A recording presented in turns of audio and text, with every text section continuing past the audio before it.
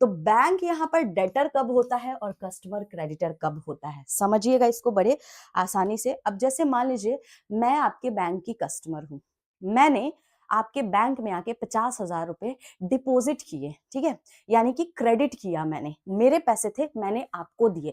अब आपके पास मेरा जो पैसा है लायबिलिटी के तौर पे है, यानी कि आप ऋणी हो गए, आपको मैं जब भी बोलूंगी वो 50,000 रुपए आप मुझे वापस करोगे, ठीक।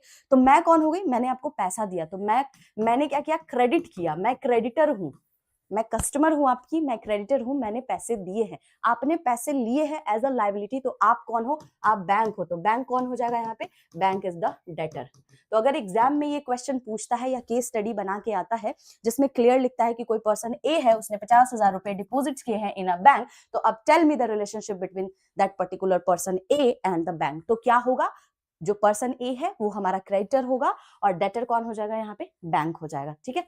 नाउ कमिंग टू वाइसा वर्सा देखते हैं थोड़ा सा, जिसमें क्रेडिटर और डेटर। अब क्रेडिटर और डेटर में मतलब अब कस्टमर कब डेटर बनेगा, पहला केस हमने देखा जिसमें कस्टमर क्रेडिटर था क्योंकि वो अपने पैसे को डिपॉजिट कर रहा था, क्रेडिट कर रहा था।